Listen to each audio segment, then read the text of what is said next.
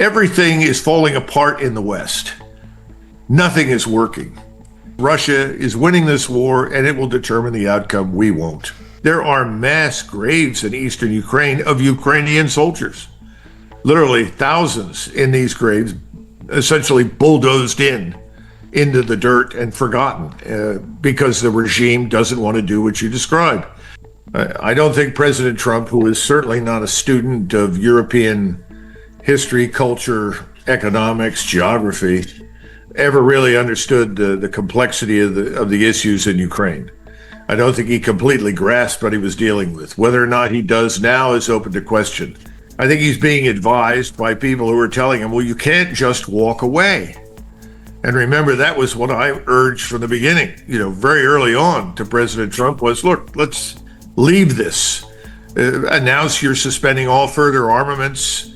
We'll send humanitarian assistance to the Ukrainians. But the best way to end this war is to stop the flow of cash and weapons to Ukraine. At that point, the war has to stop because the Ukrainians really are at the end of their tether as it is. The Russians will then begin to take us seriously. I think he's been urged by everybody on the Hill and elsewhere not to do that. In other words, he's turned out to be like too many politicians, George. He wants to be a little bit pregnant. So he's straddling the proverbial fence. Now, this latest announcement is horrific. The notion that we would send thousands of cruise missiles over there is insane to begin with.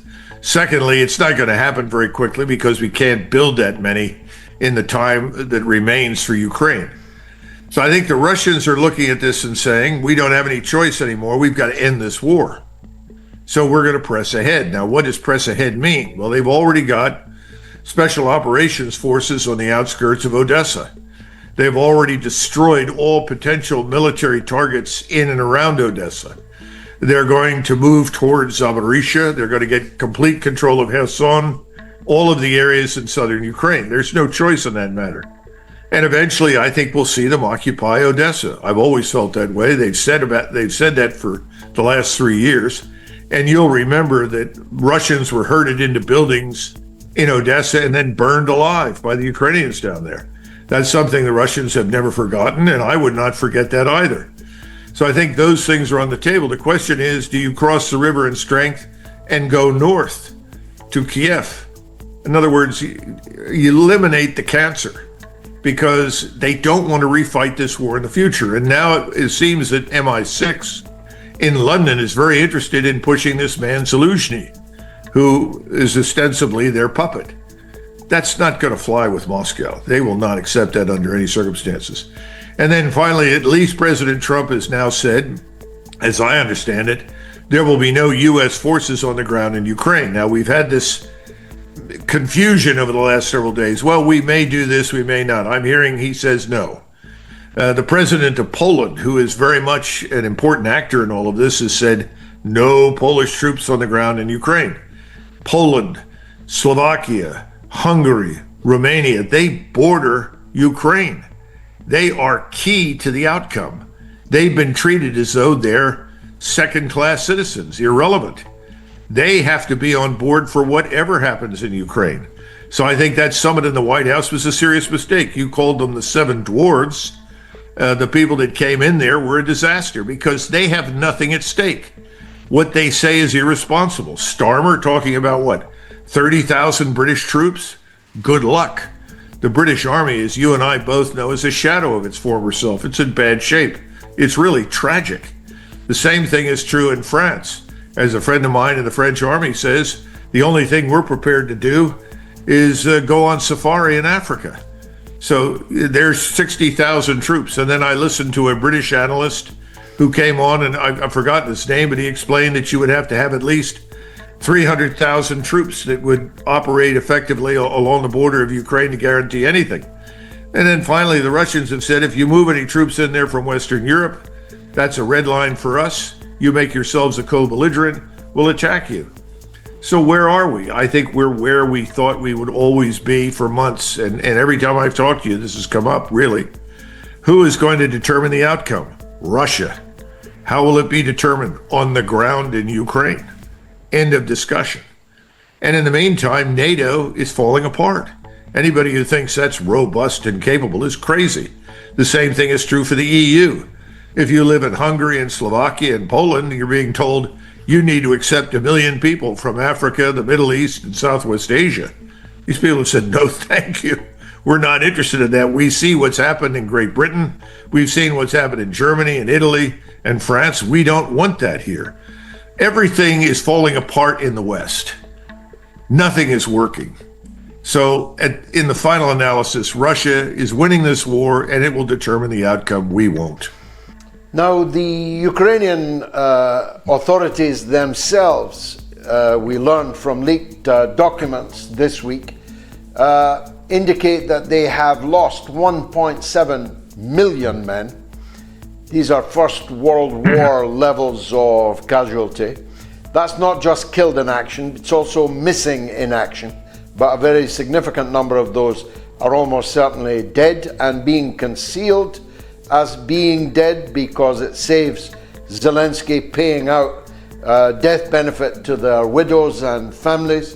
1.7 million Ukrainians missing in action or killed in action, plus 250,000 deserters, plus 9 million Ukrainians living outside in our countries at our expense, and not very well received, frankly, in most polite society.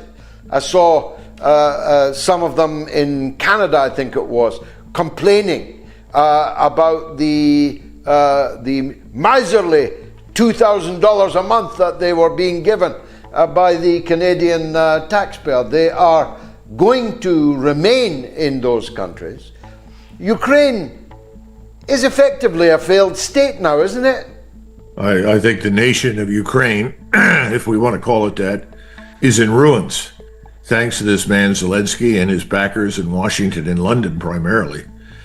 Now, if you look at Poland right now, the Polish president, in addition to saying we're not going to send any more troops to Ukraine, they sent several thousand over there. They lost at least 2,000 killed trying to help the Ukrainians. They've said no more, out of the question. They've got several million Ukrainians in Poland. 1 out of 5 of them is applying for citizenship in Poland. So the Poles are now struggling with this because Poland is not that large a country. They've already got 40 plus million. They would like most of these Ukrainians to go home. And you're right, in Austria, where they have a lot of them, people are on the streets saying, stop importing, start deporting. Now, they're not just talking about unwanted Ukrainians, they're talking about large numbers of people from overseas that are non-Europeans. But your point is absolutely valid. This is a disaster. Now, I said a couple of weeks ago when I was asked 1.8 million had been killed and I was viciously attacked. Now they're saying 1.7. It's actually over 1.7. My sources are Polish, Ukrainian, and Russian. And what they try to do is the following. They try to read all the obituaries, actually visit the cemeteries, visit the hospitals, and more important, some of them have had the opportunity through commercial satellite coverage to find the mass graves. You were talking about people being killed and not reported. There are mass graves in eastern Ukraine of Ukrainian soldiers. Literally thousands in these graves, essentially bulldozed into the dirt and forgotten because the regime doesn't want to do what you described. And remember, you have so much corruption inside this military.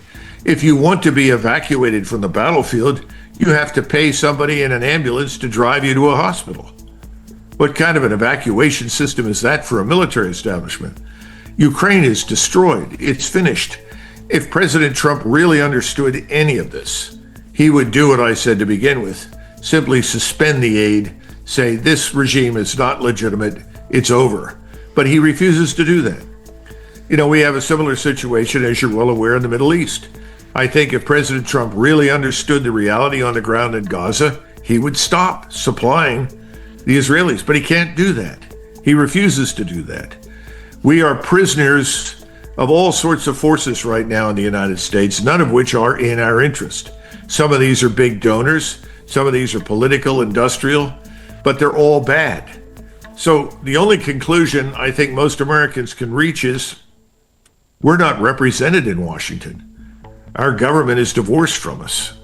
I think you and many of your fellow citizens are reaching a similar conclusion.